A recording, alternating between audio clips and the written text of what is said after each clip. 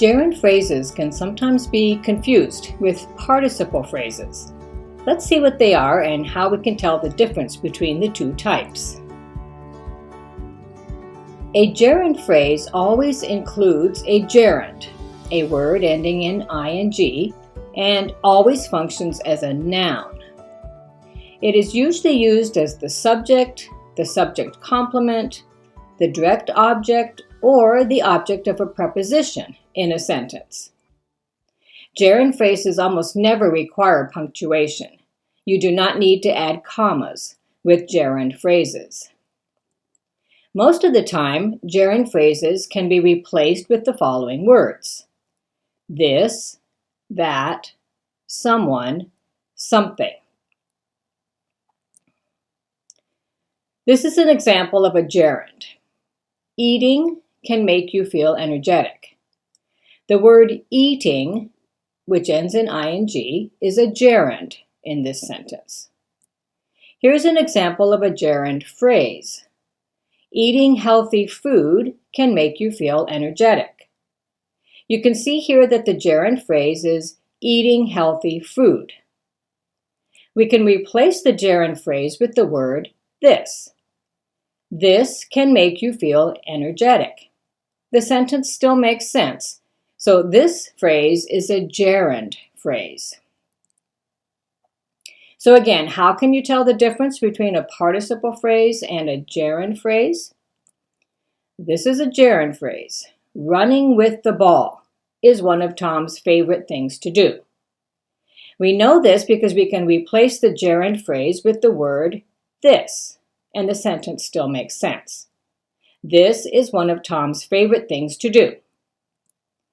Here is an example of a participle phrase using the same words. Running with the ball, Tom scored the last point. Now, if we tried to put the word this in place of the phrase, our sentence does not make sense. This, Tom scored the last point. By changing the phrase into the word this, you can confirm whether you have a gerund phrase or a participle phrase. Let's look at some examples of gerund phrases used as the subject of the sentence. Watching a good movie is one way he likes to relax. The subject here is watching a good movie, the verb is the word is, and the object is one way he likes to relax. Here's another sentence.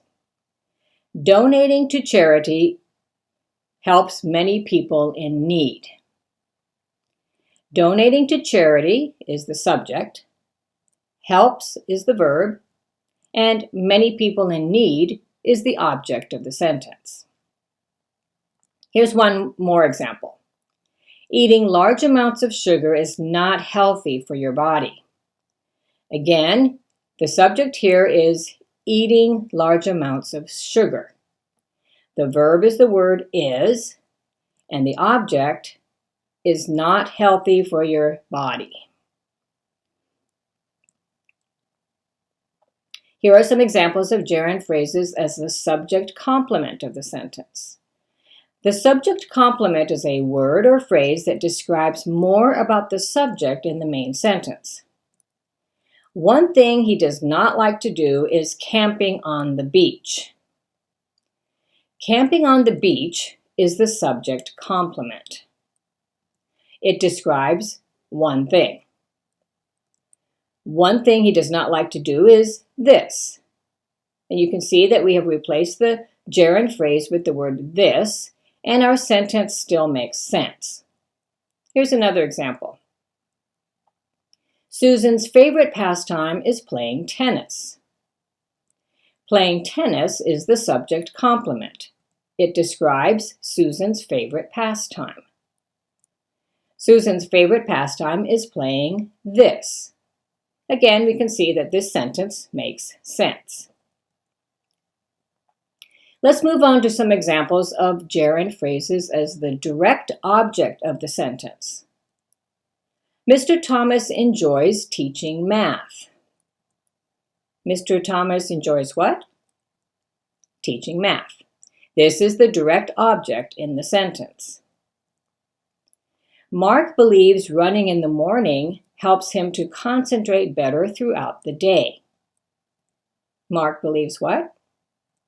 Running in the morning helps him to concentrate better. Again, we could write the sentence in this way.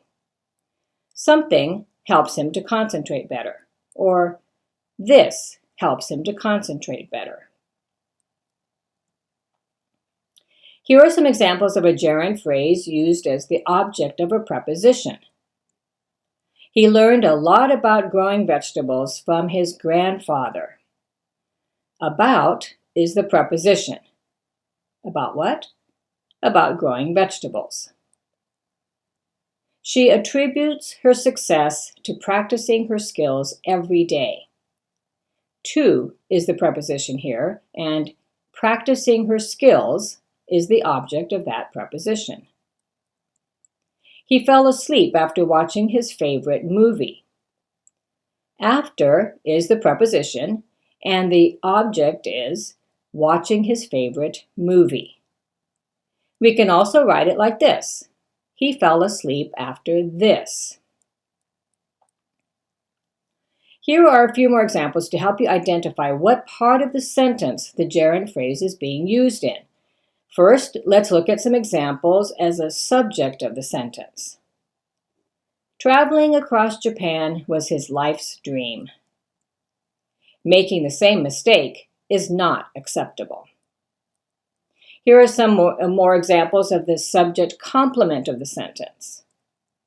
The biggest challenge is keeping the profits coming in. A good career to pursue would be consulting new entrepreneurs. Here are some more examples of the direct object of the sentence.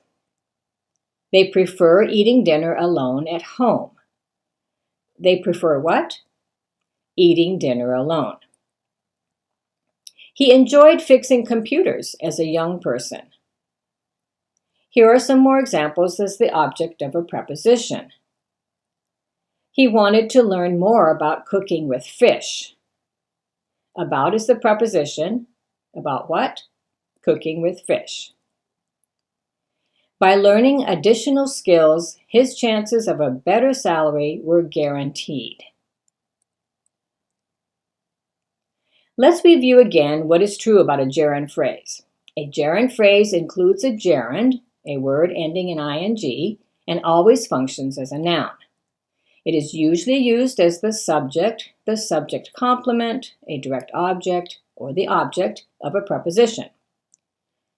Gerund phrases almost never require punctuation. And most of the time, gerund phrases can be replaced with the following words: this, that, someone, something. I hope you've learned the difference between a gerund phrase and a participle phrase. Be sure to check out the video about participle phrases to learn how to use those as well. Both of these types of phrases are useful in academic writing, and you should learn how to use them correctly. Happy writing! And be sure to check out my workbooks that are designed to be used along with these videos.